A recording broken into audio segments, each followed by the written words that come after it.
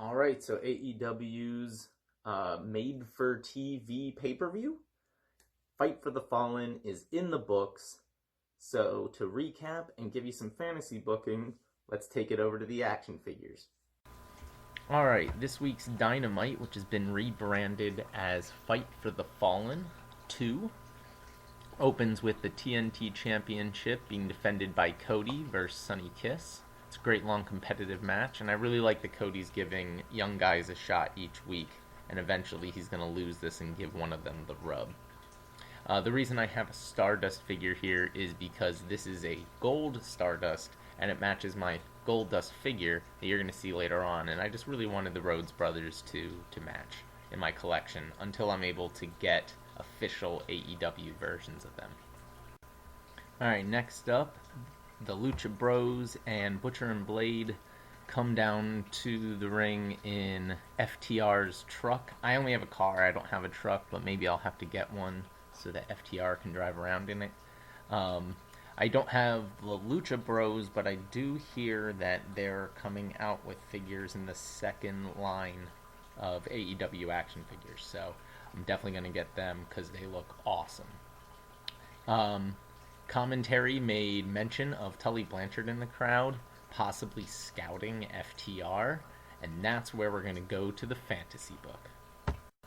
So this is one of those times when there is actually kind of a chance this fantasy book might happen.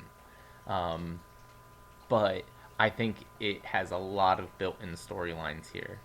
So I want Shawn Spears to link up with FTR under the mentorship of Tully Blanchard for just a little while, like maybe 2-3 weeks max.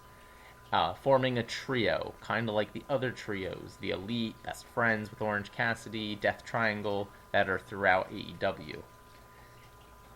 And they'll tease tension with Cody, only for Cody to turn heel, especially against the Elite, and to lead a new 4 horsemen with those guys because of his connection to Shawn Spears, and Tully and Arn's connection as managers.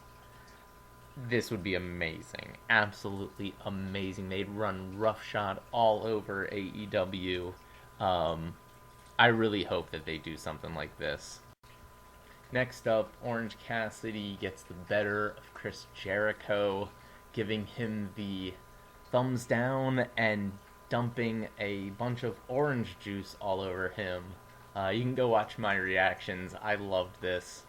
I loved Ortiz drowning, quote unquote, in the orange juice, and I loved Jericho freaking out and then having to use an Orange Cassidy towel to clean up. This was fantastic. I don't want a fantasy book, and perfection.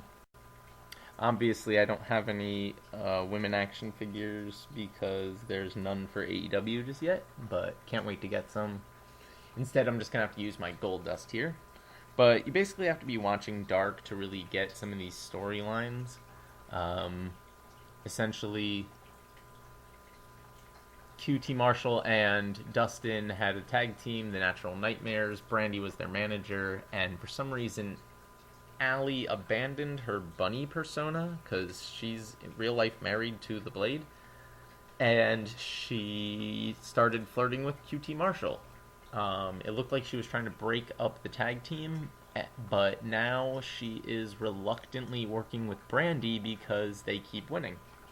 It's very similar to what's going on with Peter Avalon and Brandon Cutler. So I guess we'll see where this goes. I kinda like it right now, although it's being ruined a little bit with QT being out with coronavirus. And finally, in our main event, we have Moxley defending the AEW Championship against Brian Cage. Comes through the quote-unquote crowd per usual. Yes, I do have a JR figure here, but I am missing the hat, so that stinks. And I am using a Winged Eagle belt as the AEW Championship. Anyway, decent match. Love the concept, and I love Moxley as champion. He's had a really great run. as much as I liked Le Champion, Jericho, this is a really great babyface run a la The Rock or Austin back in the Attitude Era. So good going, AEW, and a wonderful fight for the fallen.